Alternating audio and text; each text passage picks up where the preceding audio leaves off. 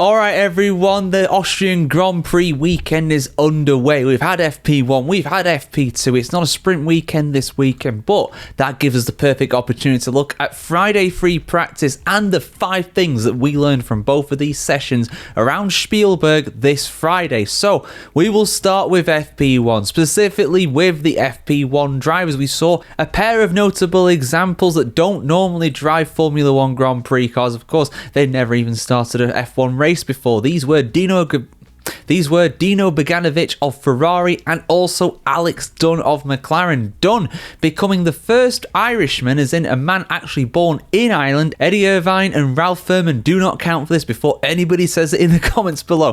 First man in over 40 years to be born in the Republic of Ireland to compete in a Formula 1 official session. I think it was Derek Daly back in the day who was competing there. But the wait was absolutely worth it for the Emerald Isle, as Dunne absolutely did an incredible job. Up in P4, he was only a 10th slower than Oscar Piastri, the guy who was also in the other McLaren, and of course is leading the World Championship. This kid has got a very bright future going off of this. He looked really, really comfortable in that car, and honestly, with how he's done there, he has put himself well and truly in the shop window for a surprise 2026 place on the grid. If not, then 27. This kid is going places 100%. Very impressive, very, very impressive.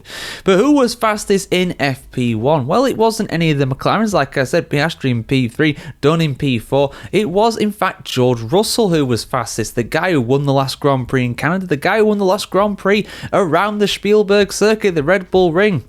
And fittingly as well, it was a Red Bull driver in P2, the guy who's won around this track 5 times in total, 4 times at the Austrian Grand Prix, plus a Styrian Grand Prix as well. He was in P2, was Max Verstappen. Impressive from the pair of them. But could they convert that? Could they keep that going as we went into the later session on Friday? Well, not quite, because Lando Norris, third thing that we learned, Lando Norris, even though he sat out of FP1, this guy is on a mission this weekend. He went fastest of the lot in FP2 despite not running an FP1. Seriously impressive. Of course, this is the site of his first ever podium in Formula 1 back in 2020. 5 years ago now, unbelievably. Last lap Lando was born. Can he reinvigorate himself to get himself back to the top step of the podium? He needs it for his championship challenges, but he's definitely got an opportunity this weekend, 100%. But also with an opportunity, I'd say a pretty decent car this weekend so far. Ferrari, they were a bit fumbly though. They were making some mistakes. Charles Leclerc,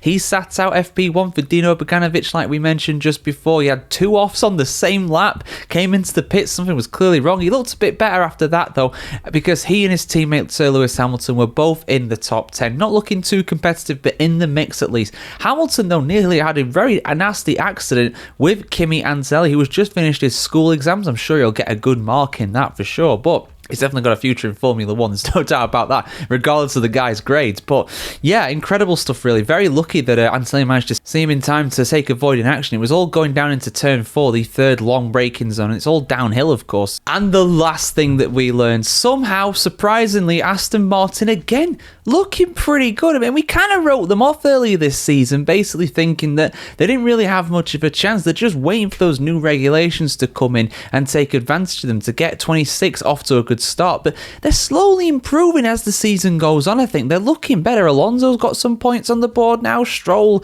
he got some points earlier on in the season. Those will probably be the only points he gets this season. But then again, if he keeps this kind of form up, he's got a chance, you know. Lance Stroll got 4th place today in FP2, which is just incredible. Alonso's in the top 10 as well. He was up in P9. So Aston Martin surprisingly looking pretty good. Williams not looking good so far this weekend. So they've got a chance of points. They can replace Williams as the 5th fastest team really around this track. They've got a good chance. But yeah, those were the 5 things that we learned from Friday practice today around the Austrian Grand Prix. I will not be here on Saturday to review qualifying, unfortunately. I'm away for pretty much most of this weekend, so I'm going to miss qualifying. I will react to the race, of course, as always, guys, but not immediately after it finishes. I will be doing so on Monday morning for you guys. Don't want to set a time because I'm not exactly sure what time I'll be available to do that, but at some point on Monday morning, you'll have your race review for the Austrian Grand Prix, the 5 things we learned review.